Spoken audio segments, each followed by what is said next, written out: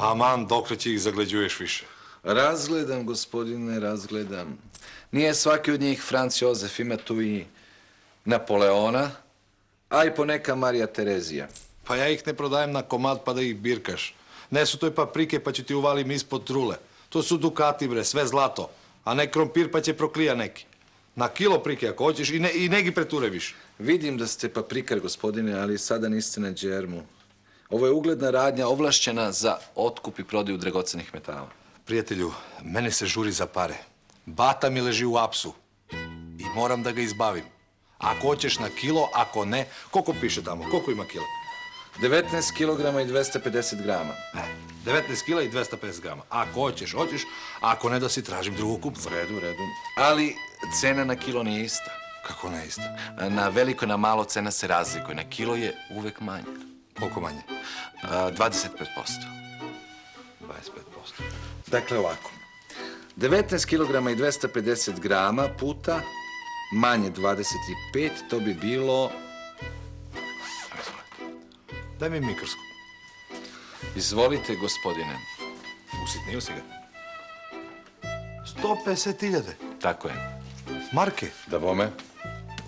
Ko te more ne je sram? 150.000 za ovolike moje muke. Ja bih rekao da su to ipak lepe pare.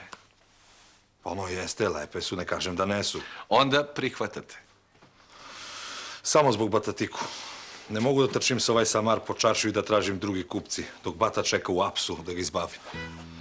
Pošto je Bata u apsu, ja se izvinjam, cena se još umanjuje. A? Za 30% na kradenu robu. Izvinite, ne sam ve razumeo.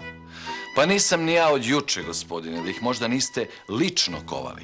Ne sam ih kovao, nego sam ih skupljao. Stvarno? Da, ja sam kako se vika... Kolekcionar. Taj. Neko sakuplja leptiri, neko poštanske marke, a ja sakupljam Dukati. Numizmatičar znači. Pa može i tako da se kaže. I tatko je skupljao i deda. Svi su iskupljali. Ovo je naše porodično blago. Svi iskupljali? Da. A samo je Bata u apsu? To nema veze sa ovo je zlato. Bata i Ujka su u apsu zbog sasvim drugi razlozi.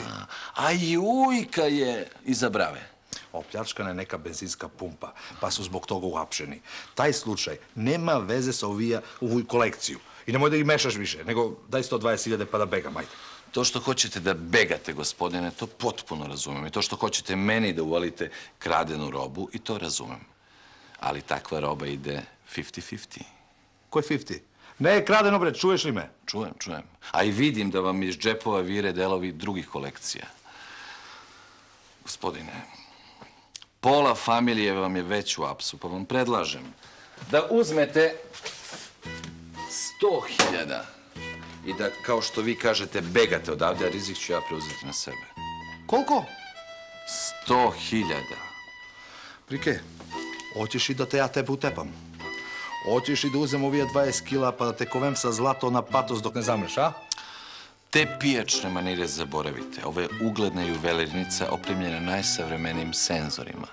I na prvi moj krik spuštaju se rešetke na vratima i prozoru i aktivira se alarm u policijskoj stanici. Lele, kude na ovog majmuna da naletim? To je vaša sreća, gospodine. Drugi bi već telefonirao policiji, ali vidim da ste u nevolji, rad sam da pomognem. Pa dobro da je onda 110.000. 100.000. Drugi vam ne bi dao ni toliko, ali imali ste sreću da naletite baš na mene. Dobro daj pare i ne tropaj više.